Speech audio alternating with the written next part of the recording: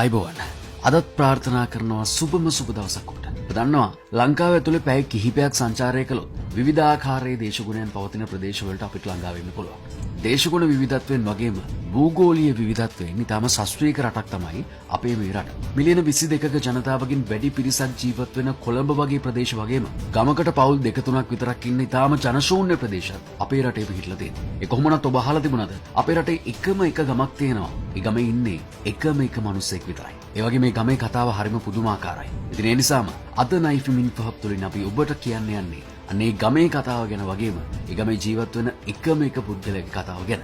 ඉතින් ආරාධනා කරනවා රැඳින්න අදත් මේ ගවේෂණාත්මක වීඩියෝවේ අවසානයේ වන තෙක්ම. අපි මේ කතා කරන ප්‍රදේශය එහෙම නැත්නම් මේ ගම පිහිටලා තියෙන්නේ මහනුවර දිස්ත්‍රික්කය සහ මාතලේ දිස්ත්‍රික්කය අතර මායිමේ මීමුරේ ග්‍රාම නිලධාරී කොට්ටාශයට ආසන්නයි. මේ ගමේ නම තමයි දන්දෙනි කුඹුර.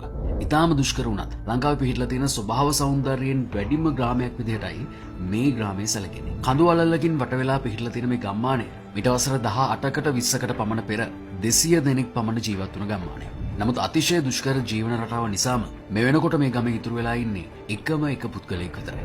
මීමුරේට ළඟා වෙන්න ප්‍රධාන මාර්ගයක් තිබුණත් මේ ගම්මානයට ළඟා වෙන්න කිසිම ප්‍රධාන මාර්ගයක් නැහැ. මේ පේන්න තියෙන කඳු වළල්ල එහෙම නැත්නම් ගංගාවක් තරණය කිරීමෙන් පමණයි මේ දන්දෙනි කුමර ග්‍රාමයට ළඟා වෙන්න හැකියාව තියෙනවා. හරිහැටි පාරක්වත් සෞඛ්‍ය පහසුකම් අධ්‍යාපන පහසුකම් මේ කිසිම දෙයක් මේ ග්‍රාමයට නැහැ. හැබැයි අපි කිව්වා වගේම මේ ගම්මානයේ එකම එක පුද්ගලෙක් තවමත් ඉතුරු වෙලා ඉන්නවා. ඒ තමයි පාරම්පරික හෙළ වෙදකමේ යෙදෙන මේ මහරගෙදර හීන් බණ්ඩා වෙද මහතා. මේ වෛද්‍යවරයා හැරෙන්නට කිලෝමීටර් 10කට ආසන්න වපසරියක කිසිම පුද්ගලයෙක් ජීවත් වෙන්නේ නැහැ. ඒ වගේම ඔබ දන්නවද මේ ගමේ ඉඳලා මීමුරේ ගම්මානයට යන්න කිලෝමීටර් 5ක පමණ දුරක් කඳු හෙල් තරණය කරමින් යා යුතුයි. ඒ වගේම අනිත් පසින් සුළුගුණේ කියන ගම්මානයට කිලෝමීටර් 8ක් තියෙනවා. හැබැයි මේ ඕනම පාරකින් මේ ගම්මානයට ළඟා වෙනවා නම් හීන්නොය සහ දෙවිගොල්ල කියන ඔය පහු කරලා තමයි මේ ගම්මානයට ඕනම කෙනෙක්ට ළඟා වෙන්න පුළුවන්. මේ ගමේ ඉන්න වෛද්‍යවරයා කියන විදිහට මීට කාලයකට කලින් ඔහු හැර ගමේ හිටපු හැම දෙනෙක්ම මේ ගම අතහැරලා දාලා ගිහිල්ලා තියෙනවා. මේ ගමේ තිබුණු අක්කර 100කට ආසන්න කුමුරු ප්‍රමාණයක් ඉන් පස්සේ කාලෙදී පුරන් වුණා කියලා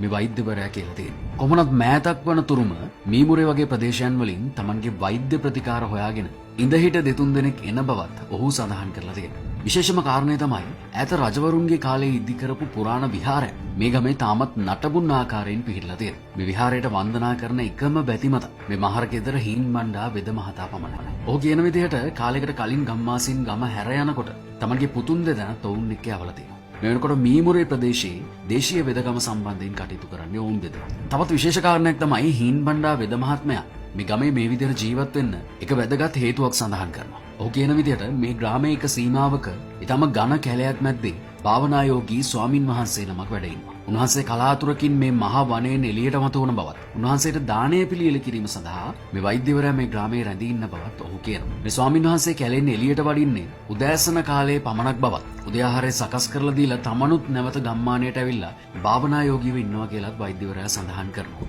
හැබැයි මේ ගම්මානයට ඔබ යන්න හිතනවා නම් මතක තියාගන්න කුළු ගවයින් වගේම විශාල වනගහනයක් මේ ගමේ මේ වෙනකොට පැතිරලා තියෙනවා. වෛද්‍යවරයා කියන විදිහට මේ සතුන්ගෙන් ඔහුට කිසිම හානියක් නැහැ. ඒ සතුන් යම් කිසි ආකාරයක ආබාධයකට රෝගයකට ලක් වුණොත් සතුන්ටත් ප්‍රතිකාර කිරීමේ විශ්මිත හැකියාව මේ වෛද්‍යවරයා සතුව තියෙනවා. ඒ වගේම ඔහු කියන විදිහට මහනුවර මාර්ගයත් මාතලේ මාර්ගයත් පිළිසකර කරලා මේ ගම්මානයට එන්න මාර්ගයක් හදන්න පුළුවන්. නමුත් මේ වන තෙක්ම කිසිම ආකාරයකින් ඒ සඳහා වැඩපිළිවෙලක් යොදන්න රජයින්වත් කටයුතු කරලා නැහැ. ඉතින් ඒ නිසාම මේ දන්දෙනි කුමර ගම්මානය වනාන්තරයක් බවට පත් වෙන්නේ තියෙනවා. හැබැයි ඔහු සඳහන් කරන විදිහට ගමේ ඉන්න එකම මිනිස්සයා වුණ Tamanගේ ඡන්දය ඉල්ලලා මැතිවරණවලදී නම් ඡන්දය ඉල්ලගෙන ඡන්ද අපේක්ෂකයින් පවා මේ ග්‍රාමයට ඇවිල්ලා තියෙනවා. හැබැයි මිනිස් වාසය අඩු නිසාම මේ ගම ලෝකයේ හුදකලාම ගමක් සහ ශාස්ත්‍රීයකම ගමක් විදිහට තවමත් රැකිලා තියෙනවා. මේ වීඩියෝ බලන ඔබ සංචාරකයෙක් විදිහට හෝ වෙනත් ආකාරයකින් ගමට යන්න උත්සාහ කරනවා නම් අනිවාර්යෙන්ම ඒ ස්වභාව සෞන්දර්යය රැකලා එන්න අමතක කරන්න එපා. ඒ වගේම මේ වෛද්‍යවරයාව හමු වෙලා ඔහුත් එක්ක කතා බහ කරලා එන්න අමතක කරන්න එපා. ඉතින් මේ මතක් කිරීමත් එක්ක